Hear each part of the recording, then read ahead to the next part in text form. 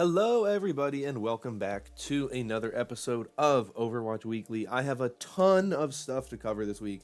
This might be the most I've covered in a while, so just sit back and get ready because I have a ton of news to cover. Overwatch has been very, very busy recently. I will say the last two stories are much more speculative than the first set of stories, so I'll let you know, of course, when we get to those. But before we get into any of that, let's just jump into some stuff that we do know about, such as the role queue being enabled for competitive Season 18. Now, I'm sure if you have been following Overwatch closely at all, you'd know about the debacle with the original launch on August 31st of competitive for Season 18, but finally, they have gotten it up and running, so you can now play Season 18 competitive without having to worry about your SR not reflecting what you've actually done. You're not going to have Overwatch League players in gold with bronze players, with platinum players, and all that kind of stuff. They have fixed it, so it is now enabled. And it is also, of course, now in Quick Play, which means the Quick Play Classic is also now in the arcade. So, Role Queue, Competitive Season 18 has begun. Quick Play now is Role Queue, and Quick Play Classic is now available in the arcade. Those are all the things that you need to know. Obviously, there are changes to the competitive rewards now. So, you can take a look at all those and get all your new competitive rewards from playing in the different skill tiers. But that's all stuff you can check out in the link in the description. As always, I link to everything that I talk about. Moving on to the next story. The next story is that we have a new Blizzard collectible statue, and this time around, it is May. Now, the video is pretty long. It's like 2 minutes, 3 minutes. I linked in the description if you want to check it out. It was a tweet that you can check out, but you can see it, as I said, in the description if you want to check out the statue. If you want to buy it, of course, it's a bit pricey, but if you do want to buy it, that is something you are allowed to do. You can get it on the Blizzard shop for $175. And it is scheduled to deliver before the end of quarter 4 2019. So that means, I believe, early next year that it is meant to ship. Next, we have some Overwatch League stuff going on. The first is that tomorrow, the playoffs will begin. The double elimination playoff bracket has been set, and the first matches are tomorrow. Obviously, this past week, we had the play-in tournament, and we saw the London Spitfire, who are the number 7 seed, and the number 8 seeded Seoul Dynasty come out of the play-in bracket. Somewhat surprisingly, I think a lot of people expected the Guangzhou Charge, who were your number 9 seed, to make their way out of it, but the Seoul Dynasty managed to hold them off. The London Spitfire played a very, very, very exciting series against the Shanghai Dragons, the first Overwatch League series to ever go to 8 maps. It was an incredible match. If you want to check out that one, there's obviously highlights on the Overwatch League website and YouTube channel. Maybe just on the YouTube channel, but also you can watch the full VOD on Twitch. But it's a very long match, just so you know. But with those wins, we now have the top 8 for the season playoffs set. I did talk about this, of course, in my fan thoughts and analysis videos. I went out on Monday, so you can always check that out. I'll link that in the cards. But the first match will be tomorrow at 4 p.m. Pacific, and that is the Seoul Dynasty taking on the Vancouver Titans, the number 8 seed taking on the number 1 seed. The second match will be following that one, so roughly 7 p.m. Pacific on Thursday, and that'll be the LA Gladiators taking on the Hangzhou Spark, the number 5 seeded Gladiators taking on the 4 seeded Spark. Friday, we have, once again at 4 p.m. Pacific, the number 7 seeded London Spitfire taking on the number 2 seeded New York Excelsior. And finally, for the first round of matchups, we have, following the London, New York match, the number 6 seeded Atlanta Reign taking on the number 3 seeded San Francisco Shock, and that one is once again expected to start at 7 p.m. Pacific. Following that, of course, this is a double elimination bracket, so you do have some losers bracket matches. Those will begin on Saturday. You'll get the first 2, which is where you'll have the loser of match 2 and the loser of match 1, which that would be the Vancouver Titans Seoul Dynasty match and the LA Gladiators Hangzhou Spark match, and then the loser between New York London and the loser between San Francisco Atlanta. Those will be your first losers bracket rounds. Sunday, you'll get the next matches in the winners bracket. So if you look at the schedule, it'll make a little more sense. And that is what we get to. So that is what we have going on so far. I'm very excited for the playoffs. I'm really looking forward to them. And I'll keep talking about them as we get a little bit further into them. Another little interesting thing that is involved in this, the league has gotten these animations done for all the playoff teams. Most of them have been released. The only ones that haven't so far are Seoul Dynasty and Atlanta Reign. They're the only 2 that you can't see yet.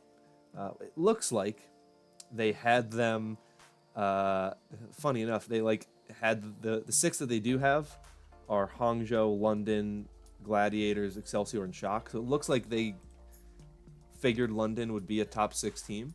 So they got them, one made, and then they got lucky that they actually made it. But they're really cool animations if you want to check them out. They're also linked in the description. The next thing is that we have had some of the Overwatch League awards that have been given out. I mentioned earlier, a few weeks ago, that the Overwatch League awards would be coming around. Some of them would be coming during the play-in tournament, and then some would be coming during the playoffs. So we had the ones from the play-in tournament, and we're going to start with the Role Stars, which is the 4 best players from each of the 3 roles, as voted on by analysts and general managers and all that kind of stuff. So we're going to jump right into this. We're going to start with the Damage Role Stars. We have Corey from the Washington Justice, Ding from the Shanghai Dragons, Hacksaw from the Vancouver Titans, and Sinatra from the San Francisco Shock. No real surprises in there. Ding, one of my dark horse MVP candidates. I think he should have been an MVP candidate. He wasn't, but I don't get to choose that kind of stuff. But there we are. Sinatra, my MVP pick. Makes sense that he's there. Going on to Tanks, we have Choi Hyobin from the San Francisco Shock, Gushui from the Hangzhou Spark, of course, an MVP candidate, Mono from the New York Excelsior, and Super from the San Francisco Shock. Noticeably missing from that is the MVP candidate Janu, who I don't think personally should have been an MVP candidate, and it looks to me like GMs also agree that he should not have been an MVP candidate. But Mono being there, of course, not a surprise at all. A lot of people thought he should have been an MVP candidate, but he makes the Role Stars, which I guess is nice. And Choi Hyobin, another person who I think could have arguably been an MVP candidate. Should have been an MVP candidate, I think, if you're going to put a flex tank role over Janu. And Super, of course, MVP candidate, and Gushui, MVP candidate. Finally, we have the supports. We have IDK from the Hangzhou Spark. Well-deserved from him. We have Kariv from the LA Valiant. An interesting one, though his Ana play late in the season was easily one of the things that carried this team to the success that they did have late in the season, though they did fall short of playoffs. Moth from the San Francisco Shock, no surprise there. And Twilight from the Vancouver Titans, another MVP candidate. So a lot of players from the Shock and the Titans in particular. Now, there were some honorable mentions for each of these roles. The DPS roles, you had Diem, Erster, Jinmu, and Rascal as honorable mentions. For Tank, you had Among, Bumper, Fury, and Janu. And for support, you honorable mentions, you had Jonak, Shu, Slime, and Violet. So those are your Role Stars. The other award that was given out was the Denis Havelka Award, which is given to the player that basically captures kind of what it means to be a good sport, someone who's very impactful on both their team and the community. And this year, it was given to Custa from the LA Valiant. Last year, of course, it was Mickey from the Dallas Fuel, but this year it was Custa from the LA Valiant. There's a lot of stuff, of course, you can read about it in the link in the description down below, but it was a very, very nice video they had for Custa, and congratulations to him. Custa is one of my favorite players in every capacity. He's fun to watch. He's just a great guy, and he does a lot of good things. You know, he's played for, you know, charity streams for St. Jude and all that kind of stuff. So, very good guy, and very much deserved this award. Now we're going to move on to the final two stories, the speculative, more speculative stories. This first one comes from Inverse.com, and is a story by Danny Paez. And it says, Overwatch 2 and Diablo 4 may be revealed at BlizzCon, analyst says. It opens up by saying Blizzard could soon announce new installments of two of its most iconic games, the team-based shooter Overwatch and its dungeon crawler Diablo. The latest updates on the highly anticipated sequels come after a June report revealed the company had canceled development on a StarCraft first-person shooter in favor of bringing Overwatch 2 and Diablo 4 to market. That was a huge thing that, of course, I covered back in June. I don't know if I put it in an Overwatch Weekly. I think I did, but I know I covered it in at least one video because it was a huge story, and I really wanted to cover it back then. Now we are getting more thoughts on the matter. Blizzard, of course, has yet to confirm either of these reported titles, but they could be unveiled on November 1st at BlizzCon 2019. SunTrust Robinson Humphrey analyst Matthew Thornton told financial news publisher Barron's on August 30th that he's confident Blizzard will tease Overwatch 2 and Diablo 4 at its yearly gaming conference in Anaheim, California. Saying, quote, there is a lot in the pipeline coming off a rebased 2019 year, including some very big intellectual property in the next couple years. This estimate lines up with the original Kotaku that stated the games would be Blizzard's marquee announcements at BlizzCon 2019, and both games are getting complete overhauls compared to their previous releases, according to multiple Blizzard employees interviewed by Kotaku. Overwatch 2, of course, as we've mentioned, will come with a large PvE element as opposed to the current game, which is heavily focused on 6v6 online player matches. And then Diablo 4 will be developed to be more in the image of Diablo 2, with less cartoony stuff that we saw in Diablo 3. They close out by saying both titles are still early in the development stages. Overwatch 2 is yet to even receive a speculative release date, while Diablo fans should expect the fourth installment no earlier than 2020. And this is, of course, part of why Blizzard will be looking to boost its monthly player base, which appears to have stagnated over the past few months.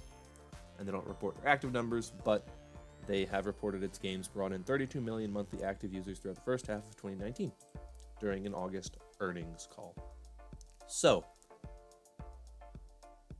very, very, very interesting stuff here from Inverse.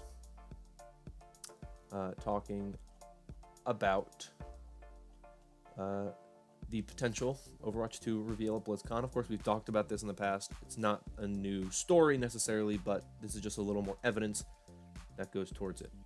The final story is even more speculative, but it is in line with some leaks that we have seen in the past. Tonight, September 4th, at 3 p.m. Pacific, 6 p.m. Eastern, and whatever time that is for you, there will be a Nintendo Direct over on Nintendo's website or their Twitch channel or their YouTube channel. One of the most highly rumored things and potentially leaked things that we can expect to maybe see at this Direct is that Overwatch will be coming to the Switch. If you care at all about seeing an announcement of Overwatch on the Switch, this Nintendo Direct is the place for you to see that.